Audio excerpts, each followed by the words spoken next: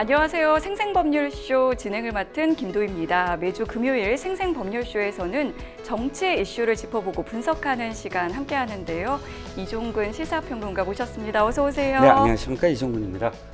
평론가님은 네. 어제 혹시 아니면 오늘 사전 투표 하셨나요? 아직까지 못했습니다. 왜냐하면 네. 이제 제가 직업이 이제 정치평론가이다 보니까 많이 바쁘시죠? 갑작스럽게 이제 뭐 선거 다음 날까지는 스케줄이 조금 좀 이렇게 빠듯하게. 굉장히, 빠듯해서 저도 어떻게든 시간을 좀 내보려고는 하는데 네. 아마 저는 본투표일이 차라리 아침에 시간이 좀 있을 것 같아서 네. 본투표일에 하게 되지 않을까 네, 싶습니다. 언제든 뭐 하시면 되죠. 네, 네, 그런데 네. 이제 역대급이라는 그런 기사들, 언론 보도들이 어제까지 좀 쏟아졌거든요. 네, 지금은 약간 좀 또 다른 기사들이 나오고 있긴 하지만 네. 오늘 오후 이제 6시까지 이제 사전 투표가 이제 실시가 되는데 지금 열기 좀 어떻게 보고 계십니까? 일단 어저께 굉장히 높은 어떤 투표율이었어요. 투표율이 그렇기 때문에 아마도 오늘까지 합쳐서 최고 기록이 나오지 않을까. 네. 그러니까 제일 궁금한 건 이제 40%를 넘기느냐. 사전 투표가. 네, 지금까지 모든 선거, 그러니까 총선, 지선, 대선 다 합쳐서 36.9%가 최고 기록으로 알고 있거든요. 그걸 넘길 수 있느냐, 40%를 넘길 수 있느냐와 그 다음에 이것이 본투표까지 이어져서 본투표의 투표를 견인할 것이냐. 끌어올릴 수 이게 이제 있을지. 어저께까지의 가장 큰 관심사였는데 오늘 오후 2시를 기점으로 해서 그러니까 그 상승세가 팍 꺾였어요. 네, 조금 그래서 이제 좀 주춤한. 예, 도리어 3년 전에 20대 대선보다 조금 떨어지고 있거든요. 네. 그러면 여러 가지 요인이 있을 텐데 3년 전에는 금요일, 토요일이었어요. 그러니까 이틀 차가 토요일이었어요. 사전 투표 날짜가. 예. 기억하시겠지만 네네. 모든 사전 투표가 주말에 해요. 토요일을 끼워서. 토요일을 껴서 했군요, 금토를 그때는. 했는데 이번에는 목요일, 금요일이에요. 평일이고.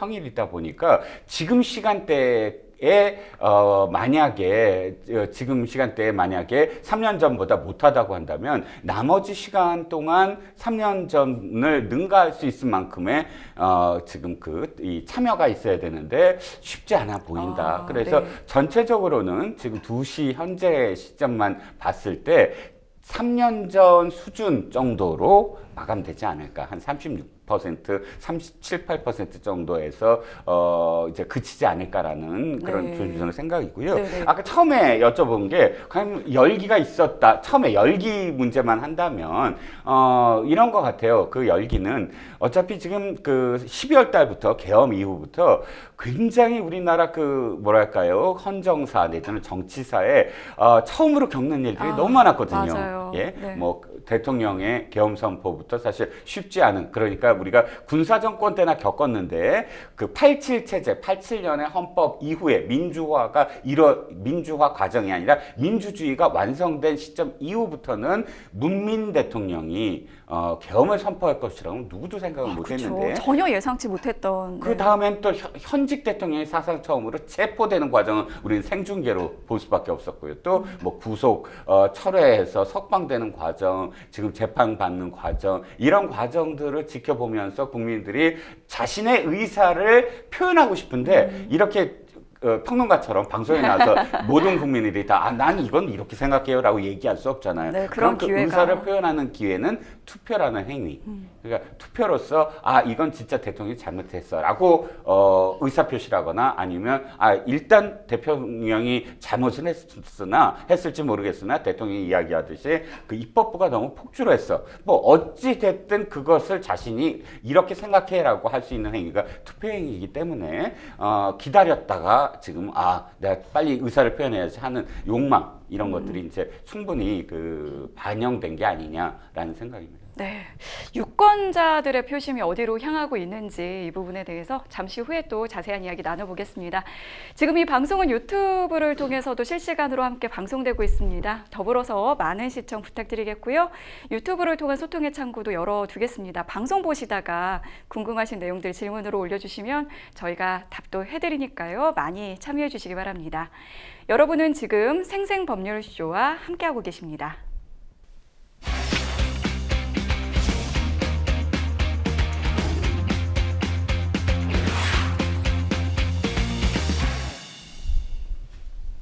첫 코너는 생생 코멘트 시간입니다. 생생 코멘트는 각 분야에서 화제가 되고 있는 인물들과 이슈를 주제로 그 말을 하게 된 배경과 의미를 다양하게 풀어내는 코너인데요. 사전 투표로 이미 시작된 21대 대선, 각 후보들은 또 어떤 말로 유권자들을 설득하고 있을지 살펴보도록 하겠습니다. 자, 첫 번째 후보의 생생 코멘트 만나보시죠. 이재명 막아야 한다. 국민의힘 김문수 후보가 오늘 아침 여의도 당사에서 대국민 호소문을 발표를 했습니다. 민주당의 이재명 후보를 향해서 더러운 입, 지저분한 손, 국민을 속이는 머리로는 우리 경제를 추락시키고 말 것. 경제는 살려본 사람이 살릴 수 있다면서 자신에 대한 지지를 호소했습니다. 먼저 이 영상부터 보고 오겠습니다. 경제를 살리기 위해서 이재명을 막아야 합니다. 더러운 입, 지저분한 손, 국민을 속이는 머리로는 우리 경제를 추락시키고 말 것입니다. 경제는 살려본 사람이 살릴 수 있습니다. 거짓말로 국민을 속이고 말이 앞선 사람은 절대로 경제를 살릴 수 없습니다. 무자격, 파렴치에 그때 말 바꾸기만 하는 후보는 이번 선거에서 반드시 퇴출시켜야 합니다. 네, 이번 선거에서 반드시 퇴출시켜야 한다라고 했는데 김문수 후보의 대국민 호소음은 평론가님은 어떻게 들으셨나요? 일단 국민의힘이 전략을 조금 바꿨어요. 왜 전략을 바꿨다기보다는 네.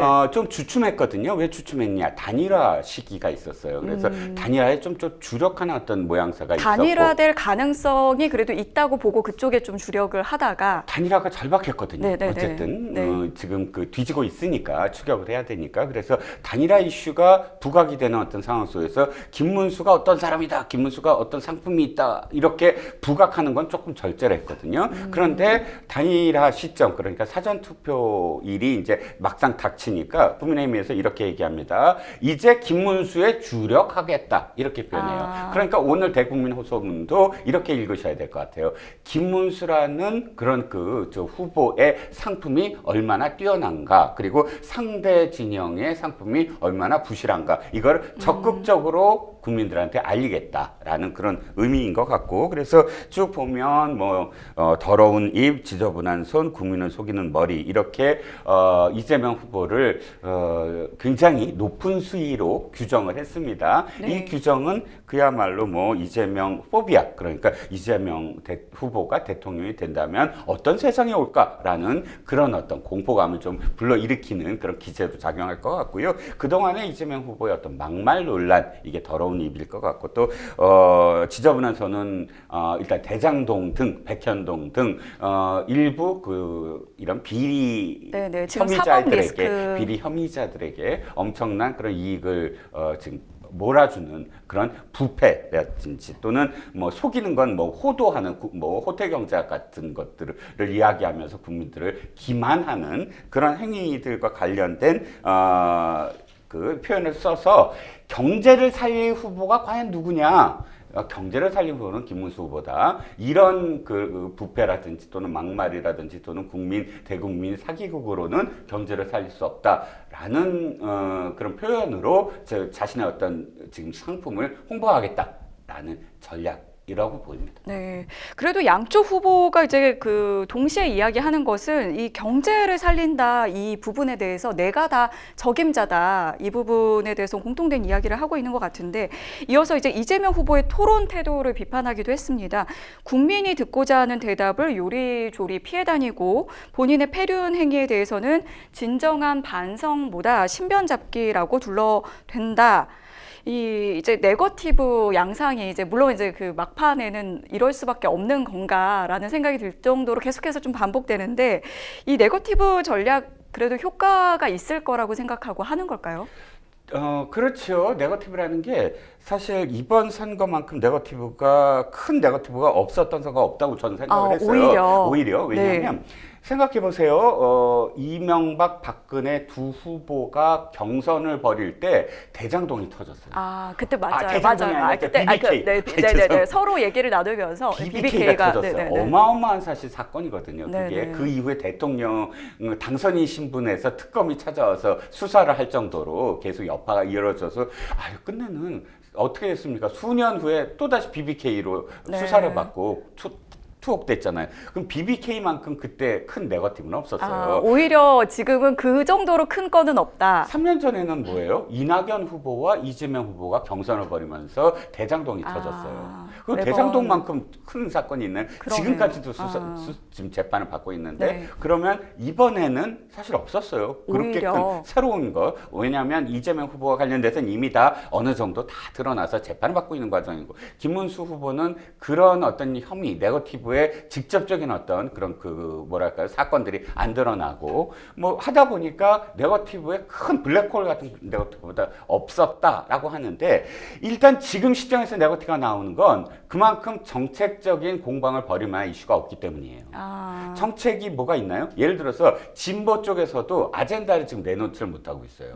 그게 참 많이 희석됐거든요. 지금 이제 양당의 어떤 정책에 있어서 크게 이제 차별화되는 지점이 좀 별로 없다. 그렇죠. AI. 그러면 AI 한쪽에서는 우리가 100조 투자할 겁니다. 한쪽에서는 세계 3대 강국으로 만들 겁니다. 그게 무슨 AI로 차별화되는 게 아니잖아요. 그러니까 정책적 차별화가 없으니까 네거티브로 가는 거고 또 한 가지 이재명 후보가 지금 굉장히 이 3년 전보다 방어적인 입장 그러니까 공격적이지 않고 조금 절제하는 무채색 느낌도 옷 입고 네. 절제된 어떤 상황이었는데 지금 어떤 상황부터 굉장히 좀 더 공격적이 돼요. 맞아요. 표현도 그렇고. 네. 그러다 보니까 상대방이 그냥 스펀지처럼 막 회피하고 흡수만 되면 네거티브가 안 먹히거든요. 그런데 이준석 후보의 막말이라든지 여기에 대응하는 민주당의 수준 높은 이준석 후보에 대한 공격이라든지 이런 부분들이 상당히 네거티브 판으로 지금 끌고 가는 민주당도 공격적인 어떤 상황이 돼버리니까 지금 국민의힘도 요 때를 놓치면 안 된다.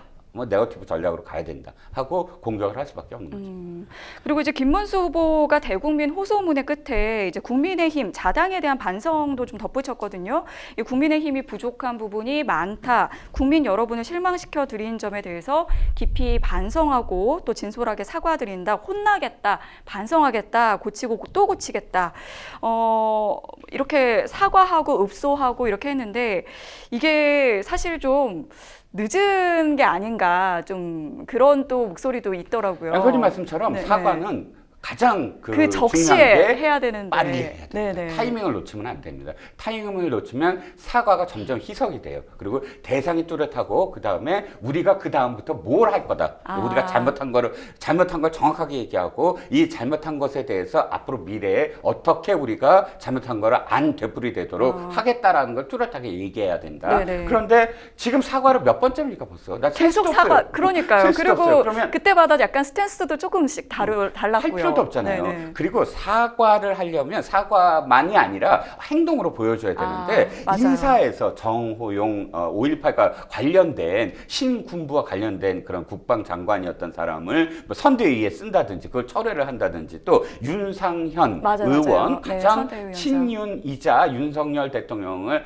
완전히 옹호했던 사람을 선대위에 쓴다든지 그것도 철회한다 안 한다를 갖고 계속 논쟁이 벌어지는 그런 상황에서 또다시 사과를 한들 아니 그런 사람도 계속 쓰면서 무슨 사과의 진정성이야 이렇게 될 수밖에 없거든요. 그러니까 그걸 행동으로 보여야 되고 빨리 해야 되고 그걸 실천하려는 의지가 보였어야 됐다라는 겁니다. 그래서 아쉬운 부분이 좀 있는 사과였다라고 얘기해 주신 것 같은데 이 단일화 이슈가 사실상 저는 이제 그 사전 투표일 전날에 이미 거의 이제 끝났다고 생각이 드는데 오늘 오전에 이제 나온 소식입니다. 이 김문수 후보 측의 김재원 비서실장이 방송에 나와서 이렇게 말했습니다.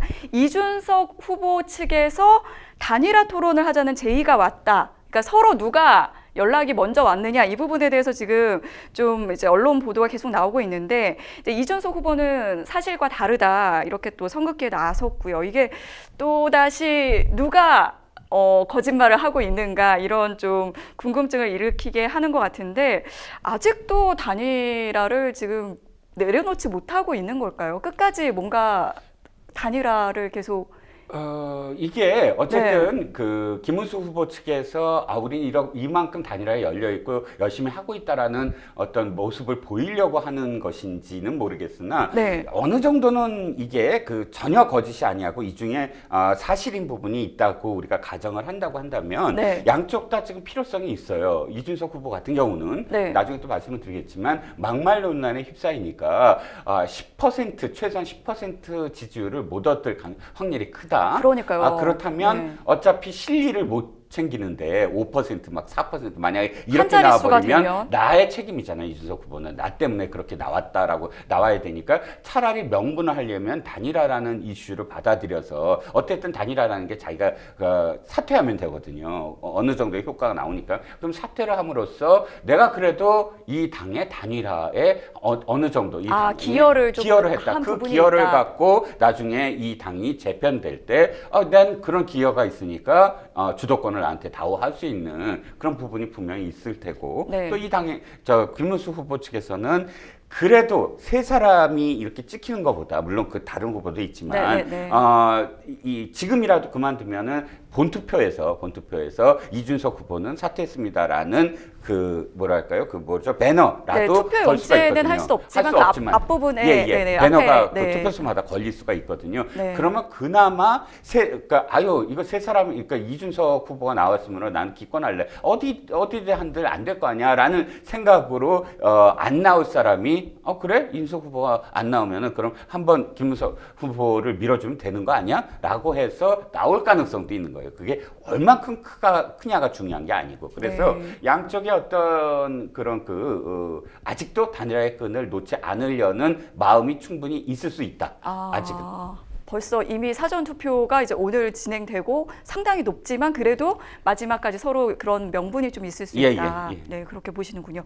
자, 이어서 두 번째 생생 코멘트 만나보겠습니다. 헛것 보이면 물러날 때 이준석 후보가 이제 김문수 후보로 단일화를 확신한다는 이재명 후보의 말에 대해서 이렇게 말했습니다. 헛것이 보이면 물러가실 때가 된 것이라고 비판의 목소리를 좀 높였는데요. 이제 좀 전에도 이제 단일화 얘기가 아직도 끝나지 않았다 이런 얘기를 했는데 이준석 후보는 이제 단일화에 뭔가 디귿자도 꺼내지 말라 좀 이렇게 좀 최소한 언론에서는 좀 굉장히 좀 단호한 입장을 좀 보여주고 있거든요. 그렇죠. 그러니까 단일화를 실제로 하려는 사람은 물밑으로 어느 정도의 어떤 딜을 해야 됩니다. 네. 내가 만약에 단일화를 해주려면 왜냐하면 지금 토론이라든지 여론조사할 시간이 없잖아요. 네. 지금 무조건 한쪽에서 내가 사퇴를 할게, 너 쪽으로 지지할게. 이 방법밖에 지금 없어요. 여론조사가 금지되어 있는 그렇죠. 기간이니까. 금지돼 있고 공표도 안 되고 네. 그러니까 시간도 없고요. 네. 여론조사를 하면 최소한 이틀은 걸려야 되는데 다음 주 화요일이잖아요. 그러면 그렇게 그걸 가정을 했을 때 지금 이준석 후보는 끝까지 안 한다라고 해야 돼요. 안 한다라고 계속 하고 그래야 내가 뭐라도 더 큰 걸 챙길 수가 있잖아요. 만약 단일화 한다고 한다면. 근데 그렇다고 하더라도 이재명 후보의 지금 저쪽은 단일화 할 겁니다. 지금 이준석 후보는 무조건 단일화 해요. 라는 그 페이스에 말려들지 않겠다는 거거든요. 이재명 후보가 왜 자꾸 단일화를 언급하느냐. 사실 이재명 후보 측에서 가장 바라는 건 이준석 후보가 완주하는 거예요.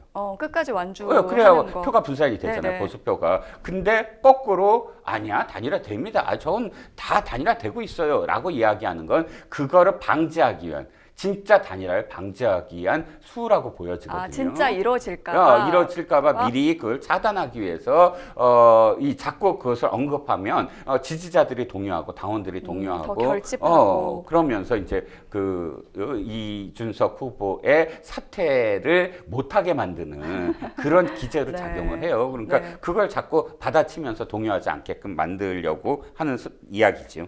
네, 그러니까 이제 국민의힘이 더 매달리는 것처럼 좀 이미지가 보이긴 하는데 권성동 국민의힘 공동선대위원장이 공식적으로 이준석 후보의 완주 뜻을 존중한다. 그러면서 이준석 후보의 일부 공약을 수용하겠다 이렇게 밝혔습니다. 이 공약을 수용하겠다 이건 어떤 의미로 받아들여야 할까요? 일단 그런데 제가 네. 자꾸 이제 단일화를 전제로 해서 아직도 단일화의 끈이 있어라는 전제로 해서 지금까지 계속 말씀을 드리는데 네. 사실은 사실은 국민의힘 측에서는 아주 적극적일 이유는 없어요. 왜냐하면 그런데 언론에서는 조금 더 국민의힘이 매달리는 것처럼 보이는 그런 좀 물론 있거든요. 그렇다고 해서 국민의힘 측에서 네. 이제 단일화 끝났어요 할 필요는 없거든요. 아. 그러니까 여지는 계속 남겨두는 여지는 거고. 남겨두고. 그리고 또 권성동 원내대표의 이 발언은 어떤 발언이냐면 네. 단일화가 되지 않더라도 지금 이준석 후보를 지지했던 사람들 중에 이준석 후보의 막말에 실망했던 사람들을 지금 끌어들여야 돼요. 아. 그러니까 이준석 후보의 공약에 지지를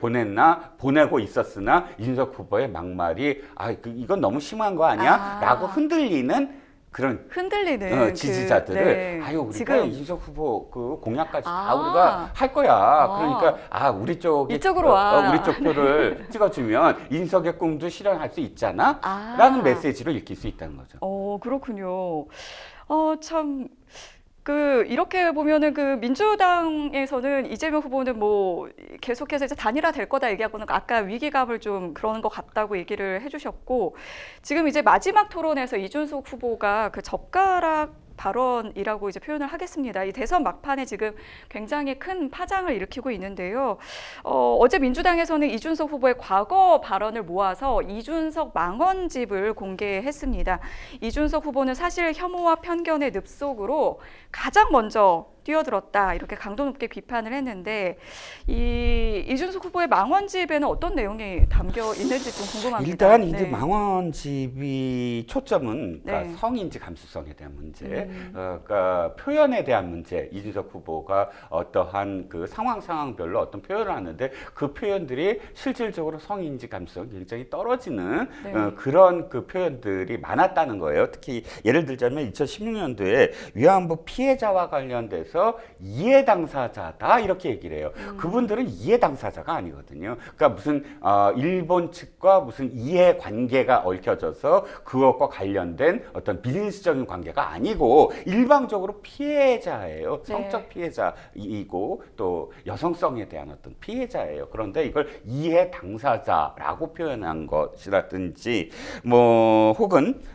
이건 제가 표현할 수는 없지만 어쨌든 2023년 국민의힘 전당대회에서 천하람 후보를 찍어야 자유로운 정치 발언을 지킨다라는 말을 줄여서 포스터에 썼는데 천직자지 이렇게 표현이 돼서 그것이 남성의 어떤 성기를 지금 연상시킨다 해갖고 줄임말 자체가 그래서 이것 역시 굉장히 비판을 많이 받았고, 특히나 이준석 후보가 지금 갖고 있는 그런 여러 가지 어떤 이미지 중에 젠더 갈등이라든지 또는 세대 갈등만이 아니라 지금 사회적 소수자 장애인들에 대한 어떤 그런 갈등, 장애인의 주장에 대한 반대되는 의견을 내므로써 장애인들과의 어떤 갈등 등 이런 부분들이 계속 이준석 후보의 망언집을 내면서 이준석 후보가 지금 주장하는 그런 이재명 후보의 아들의 문제, 이게 아니라 이준석 후보 자체가 문제다라는 거를 지금 드러내려고 하는 거죠. 좀 포커싱을 그쪽에 조금 더 가져갈 수 있도록 지금 하고 있는 것 같은데요. 이준석 후보 이제 두 번에 걸쳐서 이제 공개적으로 기자회견을 갖긴 했지만 그 해명한 내용을 보면은 사실 나는 이제 오히려 그 비속어를 그대로 옮긴 게 아니라 가치 중립적인 단어를 썼다, 이런 얘기들을 좀 했거든요. 이 부분에 대해서도 좀 얘기를 잠시 좀 이어가기 위해서 그 기자회견 영상 잠시 보고 오겠습니다. 사실 제가 그런 표현을 할 때 비속어를 사용한 것도 아니고 굉장히 가치 중립적인 단어입니다. 실제 이번에 검찰에서 구약식한 그런 내용을 보면은 원문 같은 경우가 오히려 더 선정적인 표현이기 때문에 누가 봐도 제가 그것을 순화하기 위해서 노력했다는 것은 알 수 있을 것입니다. 제가 그 부분에 대해서 만약 국민 일반적인 역치를 좀 넘어서는 발언했다면은 그 부분에 대해서는 제가 유감을 표명을 하는 것입니다. 어제는 급기야는 국회 윤리를 통해서 제명을 시도하겠다 이런 이야기까지 나왔는데, 저는 국민 여러분께 한번 여쭙고 싶습니다. 실제로 그런 발언이 있었다는 것이 확인된 그런 상황에 그것에 대해서 검증을 하겠다고 해서 질문한 국회의원을 제명하겠다고 나선다. 이것이 이재명식 독재가 아니고 무엇이겠냐라는 말씀을 드리고 싶습니다. 저는 이 부분에 대한 경각심을 국민들이 가지고 투표에 임하셔야 되는 것이 아닌가 이렇게 생각합니다. 그리고 이제 오늘 나온 이제 기사에 의하면은 당원들에게 그 전자 메일을 통해서 그 뉴스레터 형식으로 또 조금 더 나아간 사과를 했다. 이런 그 기사들을 좀 봤는데 평론가님께서는 지금 어떤 이 기자회견이라든지 당원들에게 사과했던 내용은 어떻게 보셨습니까? 아니 그런데 제가 이해할 수 없는 게 이거예요. 아까 네. 사과는 뭐라고 말씀을 드렸냐면 대상. 네, 대상. 그 대상한테 사과를 해야 된다라는 아. 거예요. 그러니까 두 번의 사과, 대상한테 사과를 했던 두 번의 사과에서는 네. 대단히 부족했어요. 사과가. 그러니까 내 말에 상처를 입었을 수 있는 일부 국민들에게 뭐 심심한 사과를 보낸다. 입었을 수 있다니요. 그거는 그 가장 뭐랄까 애둘러서 가장- 사과를 하지 않으려는 억지 사과를 할 때 있을 수 있는 이렇게 표현하거든요. 네네, 그런데 가정을 해서 너가 상처를 받았다면 미안해. 그렇죠. 이렇게. 네네. 근데 나는 그럴 의도가 없어서 상처 줄 의도도 없었고, 근데 네가 그렇게 상처를 받은 거잖아. 라는 것과 마찬가지예요. 네. 상처를 입었을 수 있는 뭐 이런 이야기인데 지금 당원들에게는 조금 더 진솔하다고 느껴지는 사과가 이루어졌어요. 그러니까 왜 이렇게 좀 했어요. 차이가 그런데 있을까요? 당원들한테 하는 게 아니라 실제로 대상한테 해야 되고 당원들한테 메일 형식으로 한다는 건 당원들이 그만큼 지금 동요하고 있다는 뜻이거든요. 지금 일부 기사에서는 당원 탈당 러시가 있었다. 저도 일부 게시판을 이렇게 그 캡처한 것들을 커뮤니티에서 봤는데 탈당하겠습니다.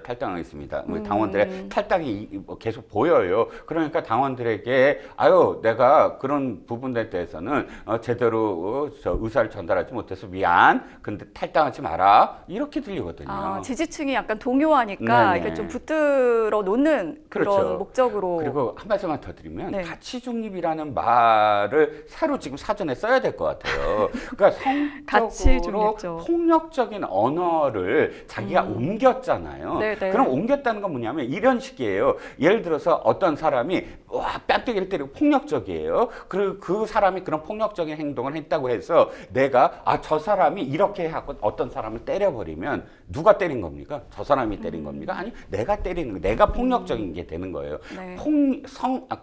과 관련된 그런 이 언어를 그대로 공중파에서 옮긴 것도 그 사람이 한 게 아니라 내가 한 게 되거든요. 인용도 폭력이 될 수 그렇죠. 있는데. 그 표현을 네. 내가 한 거니까 네. 뺨 때리는 거 마찬가지예요. 폭력을 행사하는 거나 마찬가지거든요. 그런데 그 표현 어디에도 가치 중립이라고 우리가 생각할 수 있는 그런 표현이 없어요. 우리가 보통 가치 중립이라고 한다면 우리가 여성, 남성 이외의 소수자들, 사회적 성적 소수자들에게 그 배려를 하기 위해서 she나 he를 쓰지 않는다. 또 네. 다른 어떤 네.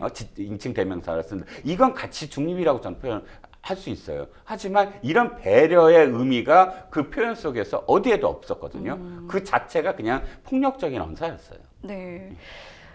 그리고 이제 이재명 후보는 이 부분에 대해서 사실 이제 별다른 입장을 내놓지 않고 있었는데요. 어제 이제 신촌에서 사전 투표를 마친 이재명 후보에게 기자가 다시 한번 물어봤습니다. 그런데 그 당시에 이제 이재명 후보가 답변을 한 또 영상이 있는데요. 이 영상도 한번 보고 오시죠.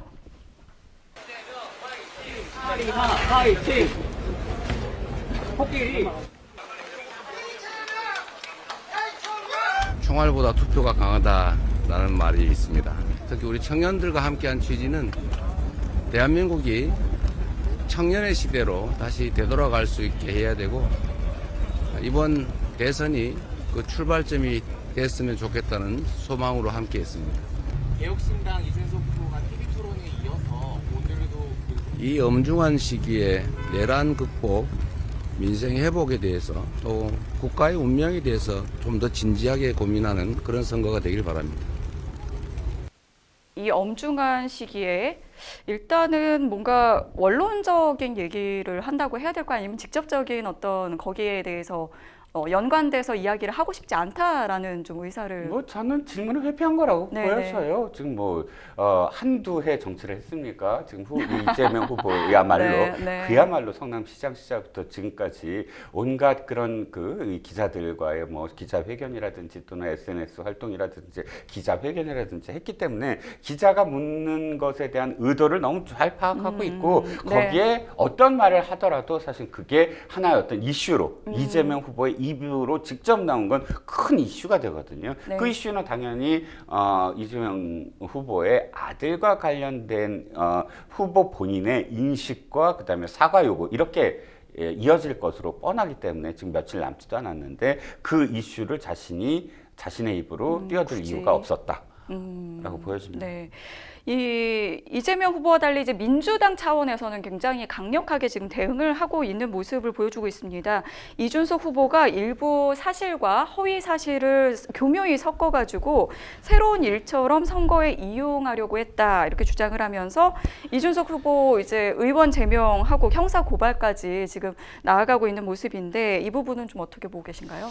글쎄요, 민주당의 지금 이런 반응 또는 대응이 도리어 너무 키워지는 느낌을 받아요.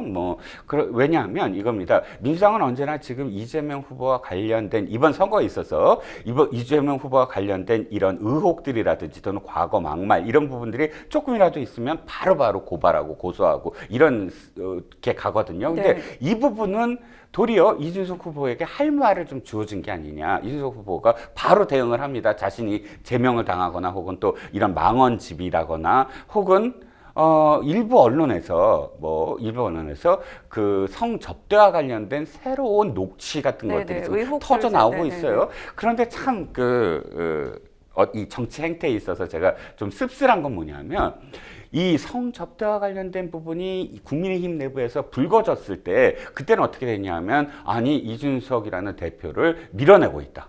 잘라내고 있다. 네. 인위적으로 이렇게 지금 입장을 취했던 진보 언론이라든지 또는 이 정당이 이준석 후보가 직접적으로 자신들의 어떤 그런 그 대통령 후보와 관련된 의혹을 제기하자 그거를 지금 끄집어내서 성접대 의혹이다라고 공격을 하고 있거든요.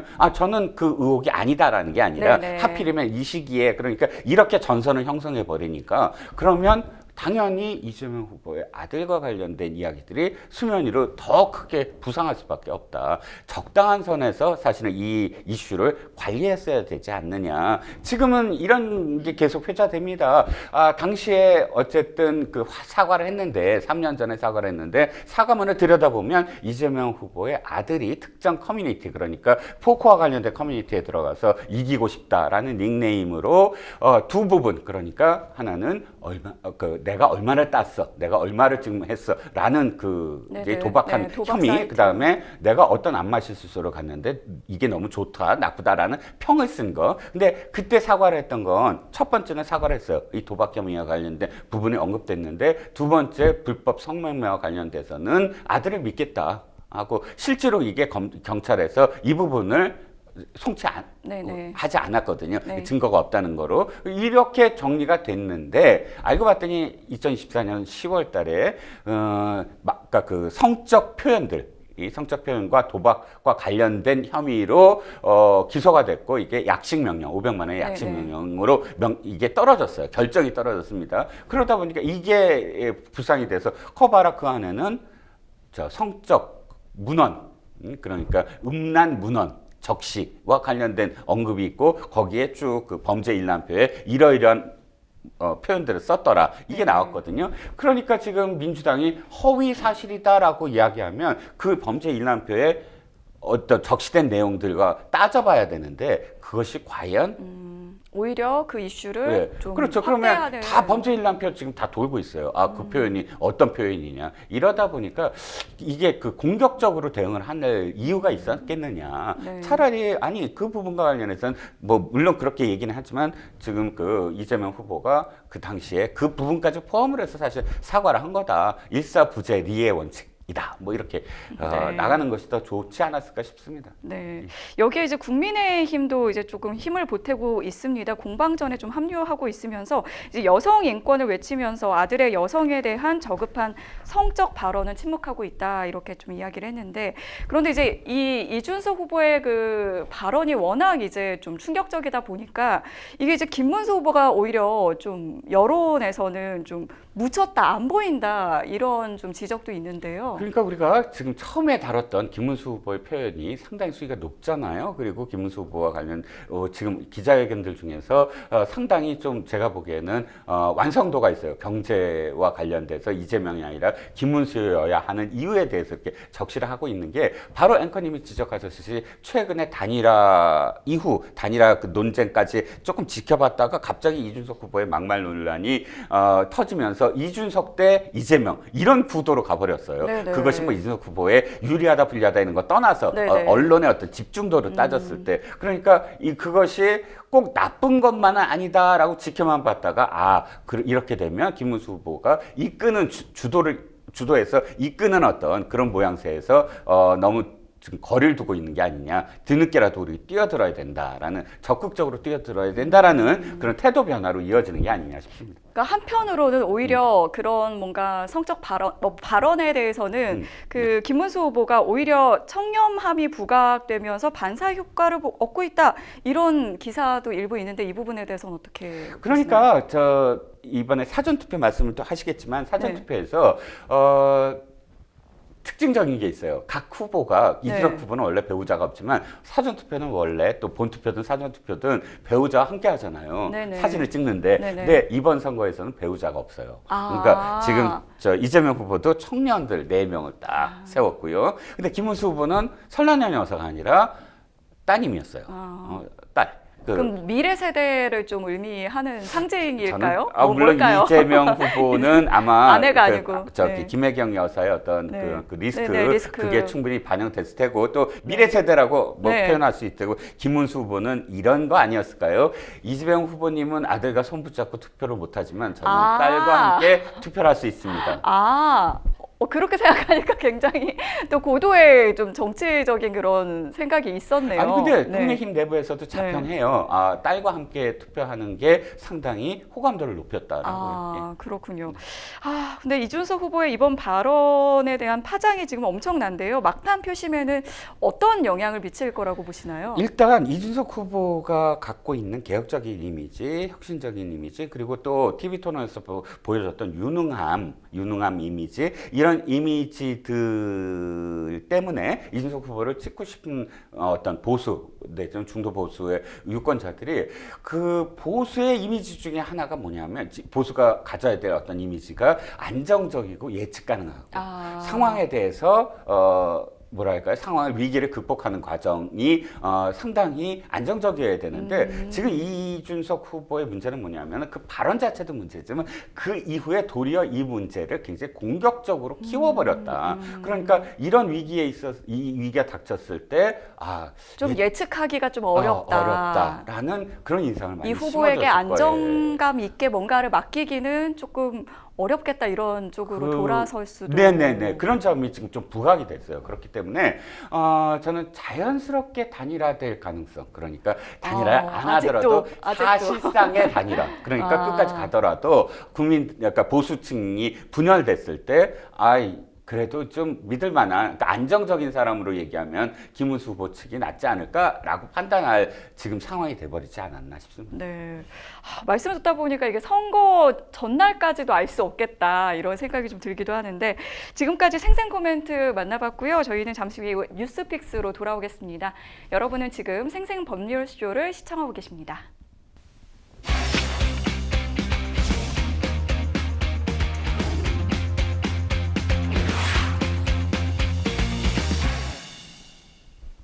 분야별 가장 핫한 소식을 집중 분석해보는 시간 뉴스픽스 시작합니다.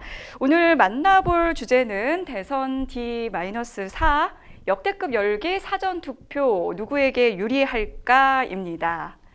저희가 사실 이 부분은 이제 어제까지 나온 이제 그 보도에 의해서 지금 역대급 열기라고 했는데 이 열기 이제 지금 오늘 2시 기준으로는 28.59% 다소 좀 열기는 좀 꺾이긴 했습니다만 어제 기준으로 좀 이야기를 좀 나눠보겠습니다. 어제 이제 그 사전 투표율이 19.58% 역대 최고치를 경신을 했거든요. 이게 이제 지난 2022년 20대 대선 때랑 비교를 해보면은 0.1%포인트 높은 수치였습니다. 이게 그 사전투표 이제 이틀째도 이제 오늘 열기도 사실은 이제 오전에는 조금 열기가 뜨겁다가 지금 이제 다소 지금 꺾인 모습을 보이고 있는데 일단 그 1일차에 이렇게 굉장히 투표율 열기가 높았던 이유 뭐라고 보시나요? 저는 일단 우리나라가 역대 어떤 상황, 어떤 정치 상황보다 지지자들이 지금 똘똘 뭉치고 있는 상황이거든요. 약간 그 진영별로. 예, 진영별로. 그래서 진영별로 그것이 결집하는 어떤 그런 그 상황이 굉장히 높기 때문에 사전투표 첫날 기다렸다는 듯이 폭발적으로 좀 나온 게 아니냐. 그런 어떤 상황이 첫 번째 이유고, 두 번째는 역시 그 2014년도부터 시작된 이제 사전투표가 처음에는 20대, 30대가 많았어요. 그러니까 그 편리함을 네네. 이제 인지하고, 근데 이제 60대 이상은 사전투표 제도에 대한 어떤 인식이라든지 이런 것들이 젊은 세대보다 낮기 때문에 본투표를 선호하는 그런 경향이 높았고, 그러다 보니까 사전투표가 높으면 젊은 세대가 주로 지지하고 있다는, 지지층이라는 민주당이 좀 더 유리한 게 아니냐. 실질적으로 2020년까지의 선거를 봤을 때 사전투표함을 개봉했을 때 보면 대개는 민주당 지지가 국민의힘 지지보다 높았었거든요. 그런데 이제 사전투표가 상당히 정착이 된 것 같아요. 제도 자체가.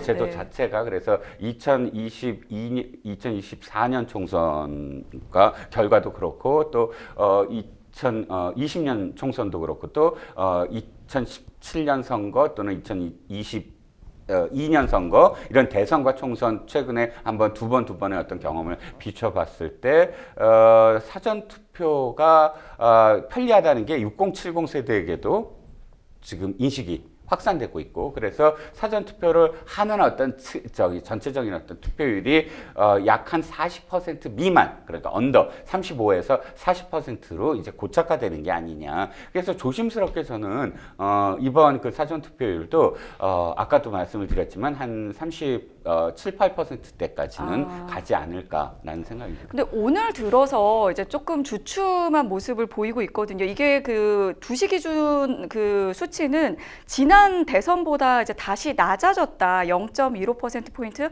낮아졌다. 이렇게 기사가 나오는데, 이거는 이제 뭐 어제 사실 그 이제 여러 가지 이제 조금 그 문제점이 조금 있었다. 이런 기사들이 나왔거든요. 그 네. 투표용지를 들고 뭐 점심을 먹으러 갔다 라든지 아니면은 일부 뭐 중복 투표가 된 의혹이 있다, 이런 기사들 나왔는데, 이런 게 좀 영향을 미친 영향은 걸까요? 전혀 안 미칠 수는 없겠죠. 만약에 그런 장면 때문에 사전투표를 기피한다면 이미 부정선거와 관련된 아주 높은 학습이 된 분들이나 혹은 이 선관위를 못 믿겠다라는 분들이 분노를 하고 있을 거예요. 그러면 그분들은 이미 본투표를 하겠다고 결심한 분들이고, 네네. 특히 이제 이게 호남과 영남을 많이 비교를 해요. 지금 뭐 거의 2배 차이가 난다. 그러니까 광주와 뭐 대구, 아니면 네네. 전남과 뭐 경북 이렇게 비교를 하면 이쪽 전남 쪽은 거의 평균 40%가 뭐 넘는 곳도 있고, 근데 대구라든지 경북을 비교를 하면 20%대거든요. 그러니까 정말 현격하게 현격하게 차이가 나요. 근데 이 부분도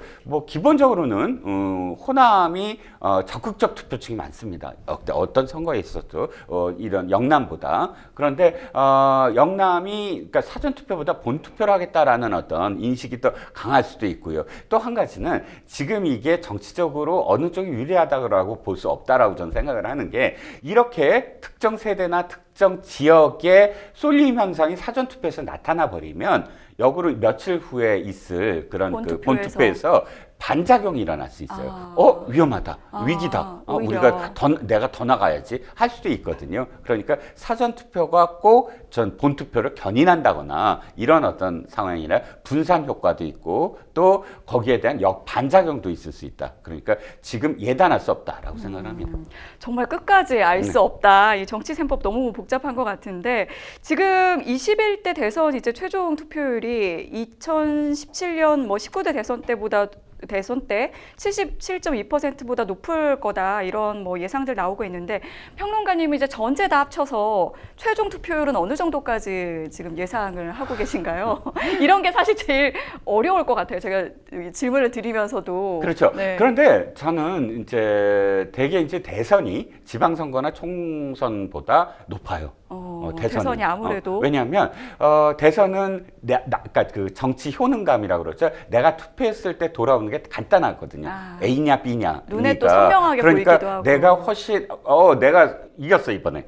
내가 하는 후보가 됐어라는 걸 우리가 양대 진영 선거가 주로 이루어지니까 보수냐 진보냐고 네. 했을 때 훨씬 빨리 돌아옵니다. 이 정치적 효능감이. 그래서 그러니까 총선이나 지선보다 훨씬 더 많은 어떤 그 사람들이 참여를 하는데 전체적으로 봤을 때 저는 그렇다고 해서 2%를 훨씬 더 넘겠느냐 그렇게 생각하지는 않아요. 그 정도일 그래요? 겁니다. 어떤 요인이 왜냐하면 이건 지금 비교하는 게 그거거든요. 네네. 2017년도 선거예요. 2017년도 선거인데 2017년도 선거도 탄핵 국면이었어요. 네. 그러니까 네. 탄핵 국면이었는데 77.2%잖아요. 그런데 그 다음 선거, 그러니까 2022년 선거를 선거. 보면 그때 당시에 사전 투표율이 아까도 말씀드렸지만 최고였어요. 36.9%. 그런데 결과는 어떻게 나오냐면 77.1%가 나왔어요. 그러니까 5년 전보다